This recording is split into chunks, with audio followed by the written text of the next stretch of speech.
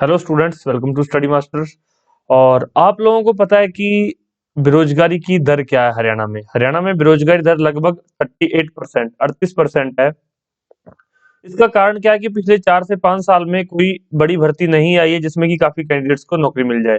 हाँ, सरकार के आंकड़े बहुत कुछ कहते हैं। सरकार के आंकड़े कहते हैं कि हर साल हमने 75,000 युवाओं को नौकरी दे दी, हमने 1 लाख लोगों को नौकरी दे दी। लेकिन कौन सी नौकरी? डीसी रेट पे या कॉन्ट्रैक्ट बेस पे? तो मतलब कॉन्ट्रैक्ट बेस पे नौकरी नौकरी नहीं होती, क्योंकि उसमें क्या होता है, एक तो आपको वेजेस बिल्कुल हाफ मिलती हैं, दूसरा कोई जॉब सिक्योरिटी नहीं। जब चाहे कॉन्ट्रैक्टर आपकी जो है सर्विसेज निलंबित कर सकता है, आपको निकाल सकता है। छोटे मोटे कुछ रीजंस होते हैं, उसमें वो निकाल सकता है अगर वो निकालना चाहे तो अब जो है एचएसएससी न्यू रूल्स 2023, तो 2023 में एचएसएससी ने नए एक्सपेरिमेंट शुरू कर दिए हैं।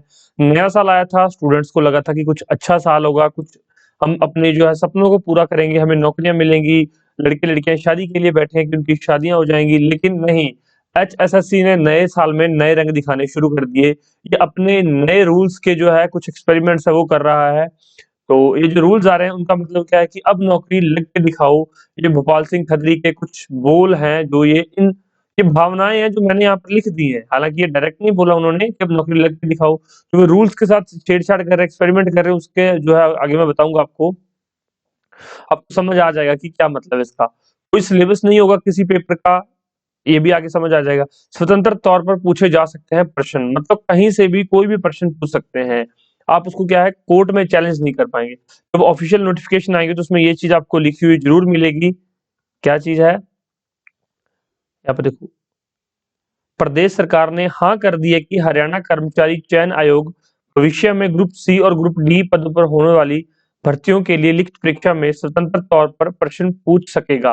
मतलब स्वतंत्र तौर पर मतलब अपने आप से कहीं से भी प्रश्न उठा के वो पूछ सकता है।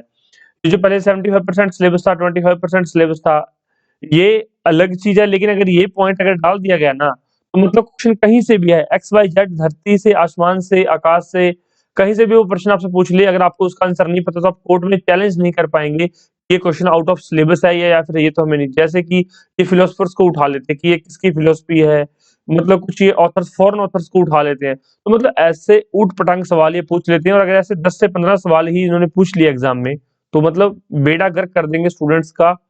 अब आपको शायद सुनने में अजीब लगे, जो स्टूडेंट्स यूपीएससी की तैयारी कर रहे हैं या फिर जो स्टूडेंट्स यूपीएससी लेवल के एग्जाम्स की तैयारी कर रहे हैं, वो इन क्वेश्चंस का आंसर दे पाएंगे। लेकिन जो स्टूडेंट है वो सिर्फ और सिर्फ एचएसएससी में एक नौकरी करना चाहता है, चाहे वो क्लर्क की मिल जाए, चाहे वो सब इंस्पेक्टर की नौकरी हो, चाहे वो कांस्टेबल की नौकरी हो, मतलब वो एक नौकरी चाहता है, चाहे वो सी लेवल की हो या वो डी की हो। लेकिन अगर सी और डी में आप ऐसे क्वेश्चन पूछेंगे तो भाई उन बच्चों के साथ तो भेदभाव हो जाएगा जो तैयारी कर रहे हैं। तो ये बहुत गलत स्टेप है। आपके क्या विचार है, आप मुझे बताइए। अब इन्होंने वो भी दूसरा कर दिया है कि जो सेकंड पेपर होगा, पहला पेपर सीईटी हो गया, कॉमन एलिजिबिलिटी टेस्ट। अब सेकंड पेपर में जिस भी एग्जाम, मतलब कि जैसे अगर पटवारी का एग्जाम देना है तो पटवारी के 70% क्वेश्चन और 30% सबके लिए कॉमन रखेंगे। इसी तरह से अगर सब इंस्पेक्टर के लिए अपने एग्जाम देना है तो सब इंस्पेक्टर पुलिस का 70% प्लस 30% सबके लिए कॉमन। अगर आपने एक्साइज इंस्पेक्टर का, कोऑपरेटिव सोसाइटी इंस्पेक्टर का एग्जाम देना है तो आपको उनकी अलग से जो है बुक्स फॉलो करनी पड़ेंगी, जो कि कहीं पे स्टडी मटेरियल भी अवेलेबल नहीं है। तो मतलब ये पता नहीं क्या क्या कर रहे हैं, क्योंकि स्टडी मटेरियल अवेलेबल क्यों नहीं है? क्योंकि देखिए रूल्स ही बाहर नहीं आ रही है, रूल्स ही शो नहीं करते हैं किसी को, तो क्या स्टडी मटेरियल होगा? हालांकि आपको जो है बहुत सारे कोचिंग इंस्टीट्यूट, हम लोग अब सारी चीजें प्रोवाइड हो जाएंगी, लेकिन कहीं ना कहीं बर्डन तो स्टूडेंट पे आ रहा है। अगर एक स्टूडेंट ने मान लीजिए 4 एग्जाम देने हैं, पहला पटवारी, दूसरा ग्राम सचिव, तीसरा सब इंस्पेक्टर जो कि पुलिस के अंदर है, हरियाणा पुलिस में, और चौथा कोऑपरेटिव सोसाइटी इंस्पेक्टर। तो अगर भाई कोई स्टूडेंट चारों के लिए एलिजिबल और चारों एग्जाम देना चाहता है तो मतलब अलग अलग पहले तो 4 किताबें पढ़ेगा ये अलग से, फिर उनको पढ़ के याद करेगा, रिवाइज करेगा, वो 4 पेपर देने जाएगा। तो मतलब कि एक हिसाब से आप ये देख लीजिए कि मजाक चल रहा है। अब दूसरा क्या है, जो सिरसा का स्टूडेंट है उसको कहाँ भेज देंगे, ये सिरसा वाले स्टूडेंट को ये फरीदाबाद भेज देंगे कि भाई तेरा पेपर फरीदाबाद में होगा। और फिर इस बार सीईटी के लिए इन्होंने किराया माफ किया है स्टूडेंट्स का, आगे पता नहीं क्या करेंगे क्या नहीं करेंगे। आप देखिए, मतलब कि दुर्गति कर रखी है इन्होंने स्टूडेंट्स की, इतना बुरा हाल किया स्टूडेंट्स के साथ एचएसएससी ने। इतना बुरा बोर्ड तो मैंने आज तक नहीं देखा कि ये क्या कर रहे हैं क्या नहीं कर रहे हैं। आपके कुछ समझ में आ रहा है तो प्लीज कमेंट बॉक्स में मुझे बता दीजिए। और जल्दी हम कई टीचर्स जो है डिस्कशन कर रहे हैं कि इनके खिलाफ जल्दी एक ट्विटर कैंपेन चलाई जाएगी। और आप भी अपने टीचर्स को ये वीडियो शेयर करो। जिस भी टीचर से आप पढ़ते हो उनको बोलो कि सर कोई ना कोई ट्विटर कैंपेन चलाई जाए। कि ये क्या मतलब है, आप नेक्स्ट 70% ये कर सकते हो तो मतलब एक स्टूडेंट की आप एलिजिबिलिटी छीन रहे हो और क्या कर रहे हो फिर? ठीक है। Thank you so much. Video को सपोर्ट जरूर कीजिए, क्योंकि आपकी सपोर्ट से, आपके लाइक से ही ये वीडियो आगे जाएगी और दूसरे स्टूडेंट्स तक अवेयरनेस आएगी। तो आप खुद इसको दूसरों तक पहुंचाइए ताकि लोगों को अवेयरनेस आए और आप अपने हकों के लिए खुद लड़ो।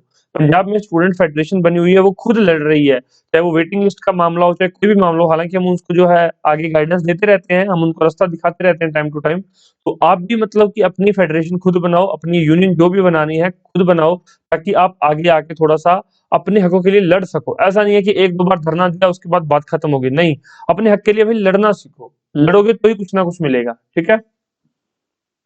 और इसका एक प्रैक्टिकल एग्जांपल बहुत दे देता हूं मैं, कि पंजाब के अंदर पहले क्या था, जेल वार्डन का एग्जाम हुआ था, जेल वार्डन का, उसकी जो है ये वेटिंग लिस्ट नहीं तैयार कर रहे थे, स्टूडेंट्स ने धरने दिए, मंत्रियों से मीटिंग की और जेल विभाग के जो है सुप्रीडेंट है उनसे मीटिंग की, जेल विभाग के अंदर जो एसपी है उनसे मीटिंग की, तो फिर उन्होंने उसकी वेटिंग लिस्ट जारी कर दी। इसी तरह से क्लर्क के अंदर भी इन्होंने जो है पहले एक वेटिंग लिस्ट बोला था, लेकिन कंप्लीट नहीं हुई भर्ती, तो फिर दूसरी वेटिंग लिस्ट आई, फिर तीसरी वेटिंग लिस्ट आई और अब चौथी वेटिंग लिस्ट भी उनकी आने को तैयार है। क्योंकि स्टूडेंट्स की स्ट्रेंथ है आपस में, स्टूडेंट्स आपस में जुड़ के चल रहे हैं, एक दूसरे से चीजों को शेयर करके चल रहे हैं। तो आप भी यही कीजिए, तभी आपको आपके हक मिलेंगे, अगर आपको वाकई में नौकरी चाहिए तो। धन्यवाद।